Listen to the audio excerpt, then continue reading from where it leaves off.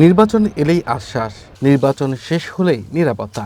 এমন অভিজ্ঞতা চাঁপাইনবাবগঞ্জের মানুষের কাছে নতুন নয়। আছে দীর্ঘ সময় কিছু না পাওয়ার গল্প। সিন্ডিকেটে সব ছুঁয়ে দিয়েছে জিনিসপত্র। আমরা কৃষক হিসাবে সার কন, তেল কন, এলার কোনো সুযোগ সুবিধা সেরকম আমরা পাইনি। এরকম একটা সরকার চাই যে স্মৃতিবুদ্ধিগুলা দিচ্ছে বা ভালো করবে দেশের লেগে। সার পাবো, কোনো অসুবিধা হবে না, উমুক পাবো, এটা কোনো অসুবিধা হবে না, দ্রব্যমূল্যের দাম কম, আপনার সাথে সরাসরি কথা কইতে পারবো, এরকম অগ্রগতি যাবে, সে সরকারকে আমরা চাই। বাংলাদেশের অর্থনীতির প্রধান চালিকা শক্তি কৃষি। খাদ্য নিরাপত্তা ও আহার যোগানের জন্য দিন রাত কঠিন পরিশ্রম করতে হয় কৃষকদের। তারপরও অনেক ঝুঁকি ও অনিশ্চয়তা রয়েছে কৃষির উৎপাদনে। ধান মনে করেন যে 1000 টাকা মন দাম বাড়ে না, পাইটের দাম 600 টাকা। এখন এর আগে সাহার দিব বলে সাহার বললো হলো এত, বাড়িয়ে দিছে পরে এত, যাইয়া ফের পাই না, একদিনে যে 3 দিন ঘুরে।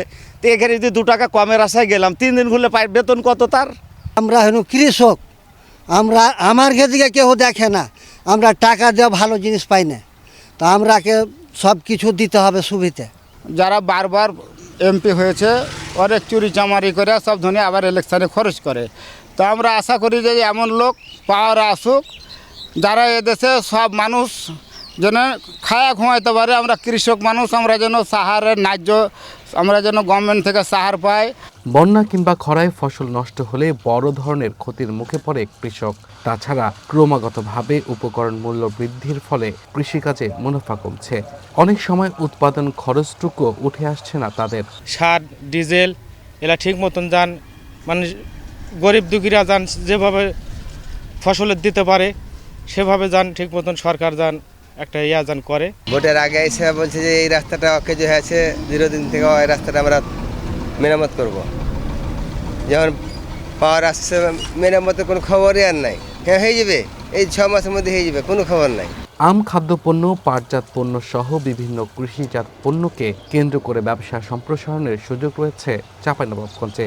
এর জন্য কৃষিমুখী সরকার গঠন জরুরি বলে মনে করছেন ব্যবসায়িক নেতারা। কৃষি যারা ভালো ভালো কাজ করছে তাদেরকে নীতি নির্ধারণী পর্যায়ে আলোচনায় নিতে হবে, পলিসি মেকিংয়ে। তাহলে হবে কি যে মাঠ পর্যায়ের সাথে অন্যান্য যে বিভাগগুলো আছে তাদের সম্পৃক্ততা বাড়বে এবং এই জেলাটাকে আমরা আরও উপরে নিয়ে যেতে পারবো এবং জনপ্রতিনিধিদের জন্য কিন্তু কাজ করতে অনেক সহজ হবে। কৃষির সরঞ্জাম প্লাস এই রাস্তা, কাঁচা রাস্তা এবং কিছু সুইচ গেট এবং পানির প্রবাহটা, যেটা মেন দরকার, পানিটার সুবিধাটা আমরা বেশি চাই জনপ্রতিনিধির কাছে। দীর্ঘদিন ধরে ন্যায্য মূল্যের বঞ্চনা, উৎপাদন খরচ বৃদ্ধি এবং মধ্যস্বত্বভোগীদের দৌরাত্ম্যের চাপে কৃষকদের ঘিরে বড় বড় প্রতিশ্রুতি দিচ্ছেন রাজনৈতিক দলগুলো। বিএনপি সামনে এনেছে ফার্মার্স কার্ড, অন্যদিকে জামায়াত বলছে ন্যায্য মূল্য ভর্তুকি ও কৃষি কাঠামোগত সংস্কারের কথা। তবে আশ্বাস নয়, কৃষকদের চাওয়া তাদের প্রাপ্যটুকু নিশ্চিত হোক। Abdullah Mamun, one national desk.